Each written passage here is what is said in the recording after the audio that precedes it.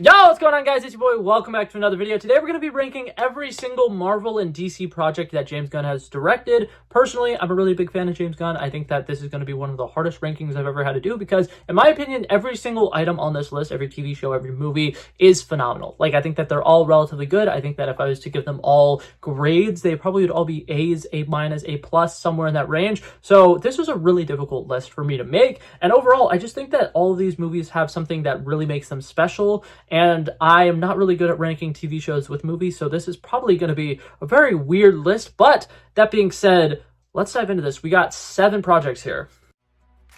And coming in dead last place, we have Creature Commandos, which I do want to go ahead and say, I personally am a really huge fan of this project. I think that the animation style is absolutely cool. I think that there are some action sequences that work especially well in animation that I don't think you necessarily would be able to do in live action. Like, everything with Dr. Phosphorus is phenomenal, and I think that it would be really difficult to try to translate that to live action. I think that a lot of the characters individually are really cool. Like, I love the Bride. I think that Rick Flag Sr. is really, really interesting. Frank Grillo does an interesting job with him. I absolutely adore Nina in this movie. TV show, sorry. And overall, I do really like this show. I think that it has a lot of plus sides, but I do think where this show falls short for me, in my opinion, is this show is one of the most formulaic things James Gunn has ever done. Its episode starts, they have a flashback and they focus on a specific character and show us, where this character came from. And then we spend the last 10 minutes, moving a little bit forward in their mission that they're currently working on. And then the next episode, we have a flashback with one of the main characters explaining their entire origin story and where they came from and how they became a monster. And then we have the next 10 minutes of the mission. And then so on and so forth for pretty much every single episode. And I like it. Like I said, I think that some of the characters are really great. Dr. Phosphorus is awesome. The GI robot is really, really cool. Like, I do genuinely enjoy a lot of the time that we spend with this movie. I think that the Weasel episode is insanely good. That episode is phenomenal. And I really like the fact that this movie does a lot in the name of world building, where we're starting to see stuff like people are starting to speculate that there's an island of all women with Themyscira. We're seeing kind of the fake little, like, massacred superheroes and seeing the kind of like future that they could have where they're all dead and destroyed. And I think that it's really interesting, but overall I just think that this show is too formulaic for me to rank it any higher on this list. Coming in 6th place, we have Peacemaker. Personally, I think that James Gunn does a really good job with this show. John Cena is absolutely fantastic, and I think that overall there's a really fun dynamic with the show, but I do think that this show really struggles to kind of get its footing a little bit. I think that the first episode is really interesting, and I think that as the show progresses, it slowly gets better, but I think that this show really relies on stuff that I would kind of call like directing cheat codes, where if you want a scene to feel really cool, you add a cool song to it. There's a level of vulnerability with superhero stuff that we see in this that we don't really see anywhere else. I think that John Cena does do a really good job with that. But there are a lot of just really humorous moments that I feel like really elevate this movie in a lot of people's minds, whereas, like I said, I think it's good. I think it's setting the groundwork really, really well. I think that season 2 is going to be phenomenal. But I think that, in my opinion, it takes a really long time to get going. The butterflies don't really seem like that interesting of a villain. And it does a lot to kind of establish, different in-world things. Like, I love that we get to see more characters existing in the DCU. I think that James Gunn really was like, you know what, how much people can I like put nods into this show? And he does a lot of really good stuff with it. But I do think at the end of the day that this show is just a little too not as perfect, I think, as some of the other things that James Gunn has worked on. I think that James Gunn usually is really good with having a tight script and there being a lot of stuff that is absolutely 100% necessary, but this show does have a couple of side characters that are kind of like not really doing much for the whole plot, and it overall does make this just a little bit underwhelming in comparison to his whole filmography, which is phenomenal. Coming in 5th place, we have Guardians of the Galaxy Volume 2, which I will admit is a phenomenal movie. I think that they have some of the best action sequences in this movie, everything with Yondu's arrow, and that is awesome. But one thing that I do not like about this film is the way that they split up the two teams in this movie for a really long time. Then when they come back together, they kind of have like this huge hurrah, like, oh my god, yay, we're back together moment. And it kind of feels a little unearned for some parts. I do think that individually, the story with Star-Lord meeting his dad is really interesting. I think the fact that, he kind of finally gets that father figure in his life and he's so excited about it, just to have the rug pulled out from under him where he realizes his dad is a murderer. And so I do like the fact that, we get a lot of individually great character moments between the different people. I think that Nebula and Gamora have some great sequences together, but I think that it's one of those things where James Gunn kind of separated a lot of the characters throughout this movie, and it kind of feels like the team dynamic never quite reaches the same highs as any of the other movies, and I think that that does kind of suck. Also, on top of that, this movie has a lot of different kind of villains and stuff going on in different directions, so like stuff like the High Republic people, all the golden people and stuff like that, kind of feels slightly unnecessary for parts of this movie. Ego doesn't really become as powerful and awesome until the third act, which I still think is great. I think that that actor, Kurt Russell, does a phenomenal job with the character. I just think that there are little elements of that that are not as great and not as well fleshed out as in some of these other movies. Coming in fourth place, we have The Suicide Squad.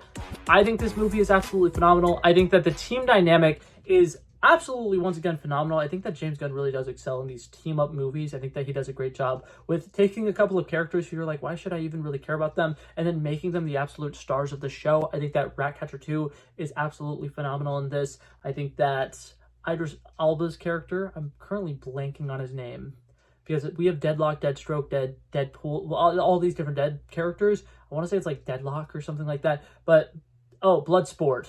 I wasn't even close. I don't know why I thought that Dead was in the name. I think I'm thinking of Will Smith's character from the first Suicide Squad movie. But either way, there's a lot of really badass action sequences in this movie. And I think that that's kind of what puts it over the edge for me versus Guardians of the Galaxy Volume 2 is sequences like when Harley Quinn breaks herself out of the prison that she's in with the prince who's kind of holding her captive.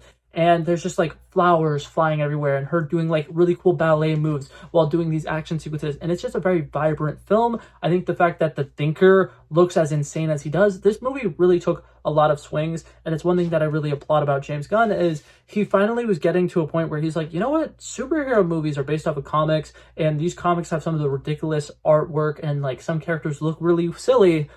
What if we embrace that? And I love it to death. I think that making Starro the third act big battle was phenomenal. I think that the dynamic between the team, I know I kind of already mentioned it, but it's just really, really good. Rick Flag with Peacemaker, their kind of back and forth is very interesting. Bloodsport and Peacemaker's back and forth, very interesting. And just overall, I really enjoy the vibes of this movie.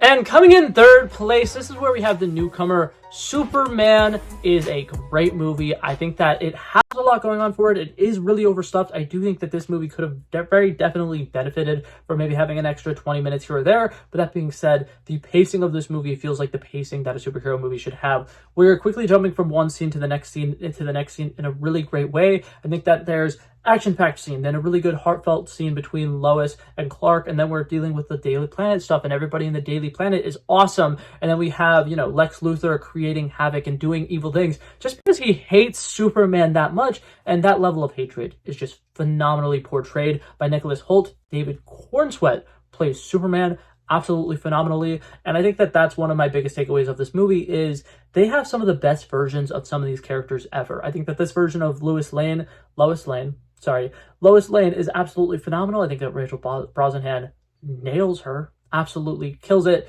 I think that Skylar Giacendo as Jimmy Olsen, absolutely incredible, and a phenomenal bit with him being a ladies' man and just absolutely being able to get every girl he ever wants ever. Phenomenal. I think that that's great. And I just think that that's one thing about this film that kind of puts it above all of other things on James Gunn's filmography, in my opinion. The casting is just absolutely perfect. There's not a single character who kind of slightly feels like they could have been miscast. There's not a single person that feels unnecessary to the story. And it is a very tight script. The only thing that's kind of knocking it down from being in the top spot or the second to top spot is there are some clunky parts of exposition where, because we decided to just jump right in, they're having people say things like, well, today is our 3 months of dating each other. And, oh, well, Lex Luthor knows a lot about Superman because he's been studying him for 3 years. And there's a bunch of just clunky pieces of exposition like that that does get a little annoying here and there. But it is one of those things where it's like, that's what's making it accessible to regular people who are just like casual cinema goers. So I think that is fun. I think it's a good time. I think that the hopeful message is fantastic. And the fact that they take time to have Superman saving a squirrel, saving a dog, saving a kid, saving a grown lady, and the fact that he's just like nice to everybody, he greets everybody with a smile, and he's just such a good person is beautiful. I love that we had a Superman movie that focused on the man side of Superman. But the runner-up, and this was actually really difficult for me to put In the second spot, we have the original Guardians of the Galaxy movie. I think that this movie has pretty much everything going for it. I think that the team dynamic is phenomenal. I think that Star-Lord is an incredible main protagonist. I think that Gamora is very interesting and a badass, and their kind of love dynamic slowly but surely falling in love with each other in this movie. It's fantastic. Everything with Rocket and Groot, very emotional. Groot's death sequence, insanely emotional. I still to this day will kind of die on the hill that Drax is the best in this movie. I think that all of the little jokes and stuff where they're like, they're paper people, and it's a metaphor, and he doesn't understand that, so he tries to like rip them in half. That's hilarious. That is just incredibly well-written comedy, and I think that for the most part, this movie has that. It has a great comedy, really great action sequences. The only thing that really knocks this movie down for me is it not having an incredible villain. I think that Ronan is insanely forgettable. His plan to just destroy worlds because he can is very underwhelming. The fact that he gets the Power Stone and he doesn't actually do anything that threatening or menacing with it in the course of the movie. Obviously, he has it for like 30 seconds, but there's just a lot of different character moments in this movie where it's like we could have had a really cool badass villain and he just didn't quite get there at all. I think that he had the style of a cool villain but didn't actually do anything to make him a cool villain. That being said, the team dynamic and everything else works really well, and I think that this is a masterclass in introducing characters and making a team dynamic all in one movie that no other studio has really been able to do as good of a job with. So James Gunn, you get my applause there. Guardians of the Galaxy Volume 1, probably my most rewatched MCU movie. I love it to death. And coming in first place, we go from the most rewatchable to one of the hardest to rewatch, Guardians of the Galaxy Volume 3. This movie is incredibly emotional. It feels like a comic book in the best way possible. I think that the team dynamic, once again, incredible. And I like the fact that we grew with the team. So them kind of being able to bounce off of each other incredibly well, them having a lot of conflicts that are very minor and minuscule, but it absolutely needs to happen because that's what would happen if you have people who've been working together for 10 years. And I think that this movie just has a lot of great action sequences, a lot of incredible spectacles. The Higher Evolutionary is absolutely phenomenal, and the pacing of this movie, I think that that's something that we really have to give James Gunn plenty of props for. This movie's like 2 hours and 5 minutes. If you gave this same exact movie with all the premises, all the plots, all the characters, and everything they need to do with this film, and you gave it to somebody like the Russo brothers, guarantee you this movie would have been about 2 hours and 45 minutes, and it does not need to be. I think that the way that they establish Rocket's backstory in this movie is absolutely phenomenal. The flashbacks are tearjerkers for sure, and they also have moments in this movie where you think almost any character is going to die at any given moment,